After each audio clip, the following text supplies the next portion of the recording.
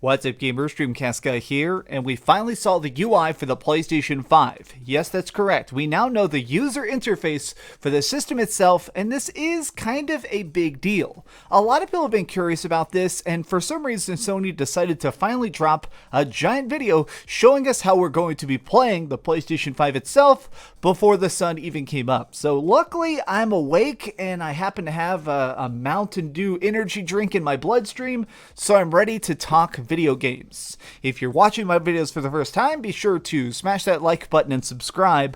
But now let's get into it. So this video is called the first look at the PlayStation 5 user experience, and already I have seen some complaints.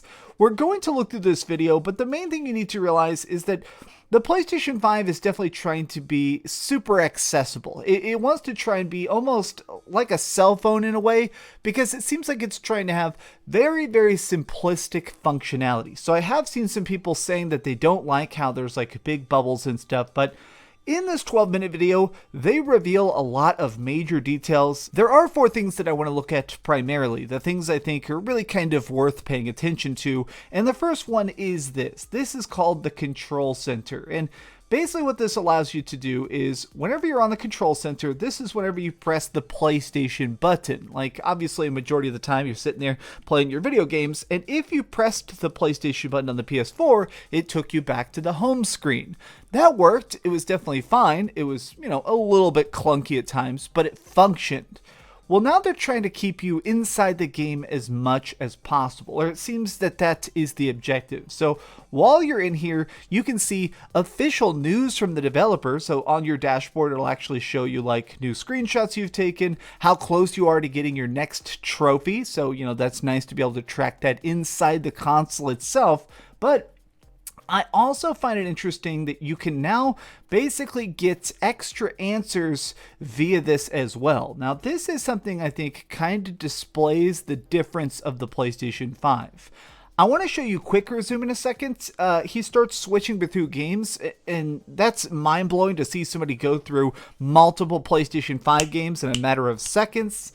But the first thing they really tried to show off is this. So while you're playing, if at any point you get stuck, you can now just ask the PlayStation itself, hey, I need some help, and it will instruct you.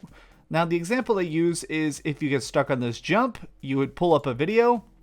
The video shows you what you're supposed to be doing, and then it can even stay on screen if you'd like. And then while you're playing, it will let you act it out. And to me, this is something that feels like a very future tech idea. I am excited about stuff like this because I do think that right now we're still having to supplement our game console experiences. Now, you guys know I'm predominantly a console gamer. I love playing stuff on my Xbox, my PlayStation. I'm not really as into PC. But let's face it, a lot of us end up spending a lot of time on our computers if we get stuck. If you're trying to get like a 100% trophy on a game, typically you will at times find yourself having to set the controller down, go to the computer, and Google a particular thing. Like, I'm stuck on Sackboy Jump 5 in this case. And then once it pulls up a video, you see what to do, or you do this in your cell phone, and then you go back to the gameplay experience. It seems to me that the objective of this is to make it where you're staying more inside the experience. You're trying to stay more locked into the game itself. Now let's talk about something that's a little bit stranger, which is the fact that there's a lot of stuff now involving the Quick Resume, which allows you to just pretty much instantaneously switch games, but also it seems tied to party specifically. I just find this so interesting. So at one point they decide to make their like cringy little voice chat thing here, and it's actors trying to pretend like they're playing games.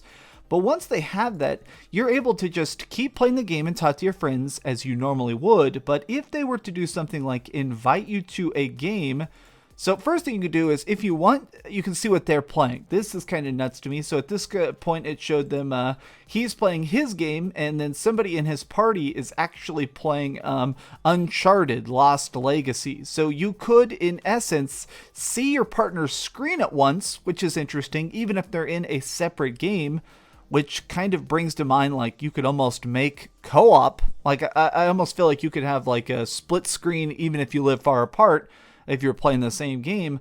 But additionally, once they switch to the same game, he's able to, like, so right here, he just shuts off Sackboy. He's scrolling through all the different games. Now, here is what's crazy. Let me click it here. I'm going to try and show you how fast this goes. Destruction All-Stars. Again, a game I'm probably not going to buy, but, you know, good for them.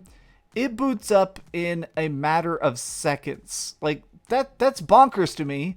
But now let's take a look at something that I really think is cool, which is once you get into the game itself, you can now use the share button just the same way as you always would have, whether it be taking screenshots, whether it be trying to, like, you know, create content. That's absolutely in the screen still. That's still in there. That's very, very cool. Now, the thing I'm personally most curious about, because we've seen so much of the, like, in-game experience of how there's, like, all these little dongles and stuff that will work very, very well when you're inside the game, I'm curious more about this dashboard. This is when you actually back out of a game, and here's where you can do stuff to see all your different trophies you're working on, all the different games you're working on. Once you're back on the dashboard, this is a much more standard experience. Like, as you can see here, he has been playing Uncharted, the PlayStation 4 game. Right here is the playroom. Here's the different games. And they've also mentioned something I find very interesting is the PlayStation Store is now built into the console. Anybody who played something, especially if you played the PlayStation 3 or the PlayStation Vita, the store was incredibly clunky because it was basically an online shop and it had to install it basically. Every time you click the app, it would have to load all the data, all the visuals, all the interface from the internet before you saw it. It could take sometimes 15, 20, or 40 seconds before you actually saw stuff to look around. So now it seems like, according to Sony themselves, you are going to be able to just press a button and it'll pop up. Oh, you want to see Ratchet and Clank Rift Apart? Well, you press the store button and there it is.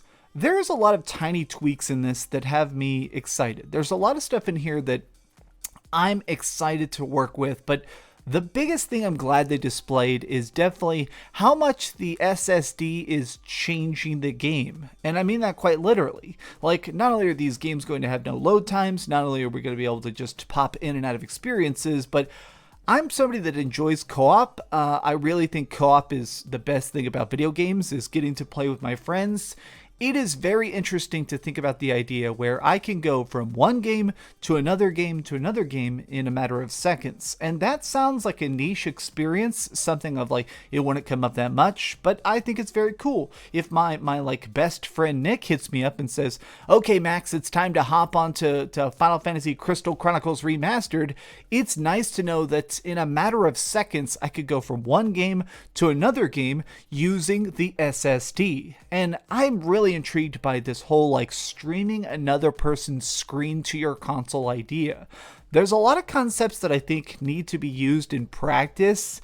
I have seen a lot of people already kind of hating on this UI and saying it looks a little bit strange, saying it looks like a crappy like iPhone side project, but I'm still excited for it. But I want to see how people use it in practice.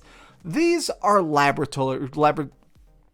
as it stands, this feels like kind of a laboratory experiment. A lot of times these day one consoles, they'll have a UI that doesn't last that long, but I do think that this might stick around for at least a couple months. I'm curious to see how real gamers really sitting down find ways to experiment with this. It's going to be nice to be able to put videos on the dashboard while I'm playing. It's going to be nice to just instantaneously jump in a voice chat or share a photo. Like, one of the last things I'll talk about that is a little bit strange is if you take a screenshot of like a character dying in a game or whatever and you try and send it to your friend, the PlayStation 5 will know when that PlayStation picture was taken and mark it as a spoiler or as a potential spoiler. There's a lot of stuff that makes the PlayStation 5 smart, but I guess we're going to know more about it very, very soon because we are just literally 3 weeks away now from the PlayStation 5, which is bonkers to think about.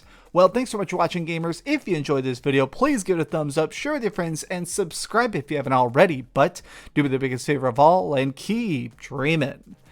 Here in just a couple hours, I'm actually posting a Top 10 Thursday, which is going to be my final count of the best PlayStation 4 games ever. And I say that as somebody who's played about 500 PlayStation 4 games. It's taken me a while to edit, so I really do hope you guys watch it.